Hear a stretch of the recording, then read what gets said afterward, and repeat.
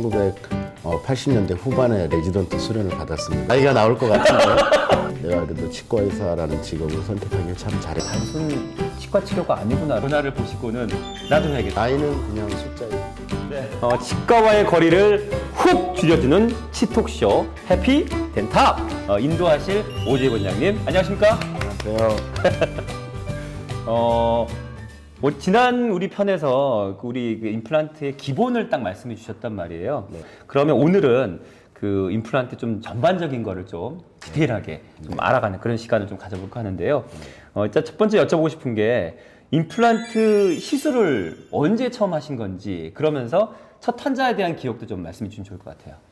제가 임플란트를 처음 이제 접하게 된 게 제가 이제 이래 보여도 제가 1980년대 후반에 레지던트 수련을 받았습니다. 네. 그때 처음 임플란트를 이제 나이가 나올 것 같은데 네, 하여튼 본격적으로 임플란트를 시작한 거는 제가 1990년대 중반입니다. 네. 그래서 처음 임플란트 그 당시에 배울 때는 사실 우리나라 임플란트 수준도 세계적으로 좀 아직 좀 낮은 수준이었기 때문에 외국에서 임플란트 의사가 오면 뭐 열일 제쳐놓고 가서 강의도 듣고 배우고 그러면서 네. 처음에 임플란트 처음 수술한 환자분 지금 같으면 한 5분, 10분 만에 할 수 있는 수술을 사실 1시간씩 걸리고 그랬던 아무튼 원장님께서도 가장 처음 시작하다 보니까 뭐 실수했던 에피소드도 있겠지만 또 그를 통해서 굉장히 보람을 느끼는 순간도 있을 것 같아요. 좀 소개 좀 해주시죠.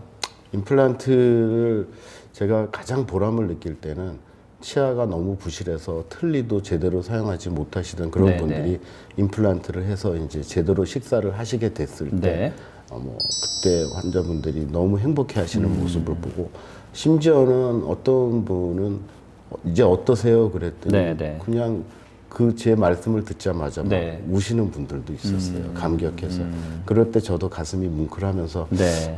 어떨 때는 제가 치과의사 됐을 때 되게 후회할 때도 있었거든요. 그래요? 너무 힘들고 사실 좀 네. 피곤한 그런 네, 일을 네. 하기 때문에 근데 그런 경우에는 내가 그래도 치과의사라는 직업을 선택하길 참 잘했구나. 네. 그렇게 보람을 느끼고 있습니다. 얼마 전에 또 사실 저희 장모님께서 치료를 받으셨잖아요. 네. 네. 네. 그만큼 사실 미국에 사시는데 네. 또 자녀분들도 치과 의사예요? 네, 뭐 그러시다고. 네, 네. 그럼에도 불구하고 원장님을 찾아왔고 그 연세 70대 노인이신 분이 특히나 미에 관심이 많으시거든요. 아름다움에 대해서. 네. 그런데 여기서 임플란트를 하신 거죠.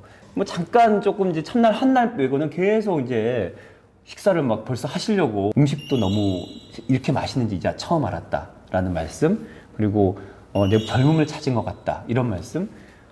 진짜 하길 잘했다. 그 장모님 네. 치료하면서 좀 의외였던 부분은 네. 그 장모님께서 치아가 한 사실 반 정도가 없으셨거든요. 그 정도로. 한쪽이 왼쪽 한쪽이 거의 치아가 없으셨는데도 워낙 그냥 그러면서도 그거를 원래 그러려니 생각하시면서 맞아요. 이때까지 네, 지내시다가 네. 이제 임플란트가 끝나서 양쪽에 치아가 생기시니까 네. 이제 좀 다른 신세계를 보시니까 네. 이때까지 내가 이렇게 식사하시는 속도도 빨라지죠. 맞아요. 음식 드시는 것도 좋아지셨으니까. 음식을 먹는 그 기분, 맛 이런 거를 재미를 전혀 못 느끼고 그냥 그러죠. 다들 남들도 이렇게 사나보다 하고 그래서 사셨던 그걸 것 같아요. 당연하게 생각하시면서 네, 네, 사셨던 거죠. 네. 네.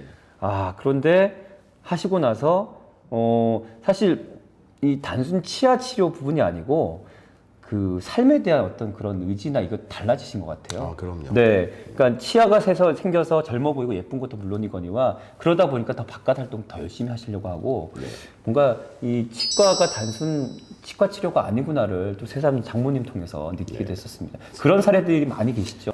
그 뭐 임플란트 꼭 하고 싶은데 못 하는 경우도 있나요?라는 질문이 있어서 또 생각나는 저는 또 케이스가 있는 게 장모님이 이제 성공적으로 임플란트를 하시고 결국은 또 그 이모님께서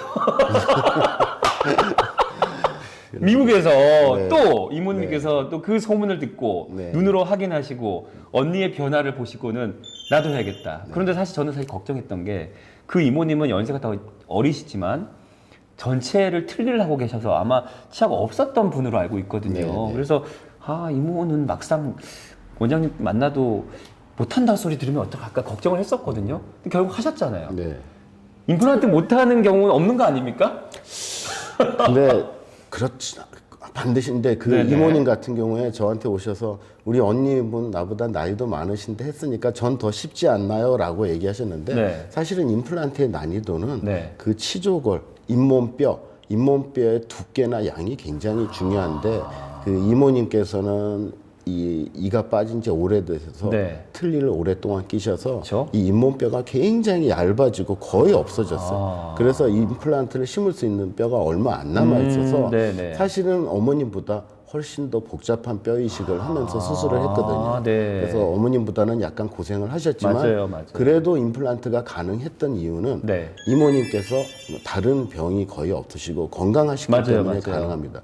근데 이제 만약에 이모님처럼 뼈가 없으신데 이 고혈압을 포함한 당뇨나 뭐 네. 이렇게 여러 가지 뭐 자가 면역 질환이나 그런 다른 좀 심각한 병이 있으신 분들은 그런 복잡한 수술을 하게 되면 복잡한 수술이라는 게 결국 없는데 뼈를 만들어주는 수술인데 네네. 그 과정에서 잘 상처가 아물지가 않는 거죠. 아. 그래서 뼈가 아주 극단적으로 없는 분도 네네. 다행히 건강하신 경우에는 네. 이렇게 임플란트가 가능한데 만약에 뼈도 없으신데 건강 상태도 너무 안 좋으신 분들은 현실적으로 임플란트가 불가능한 경우가 드물지만 네. 간혹 있긴 있습니다. 그러니까 모든 경우에 임플란트가 다 된다고 얘기하면 그건 조금 과장이죠.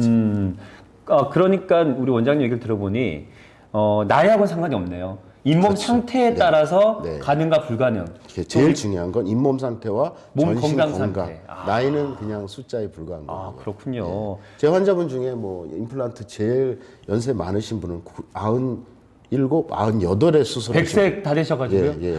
그러니까요. 그분은 건강하셨거든요. 그래서 그분도 임플란트 한 10개 정도 하신 것 같아요. 네.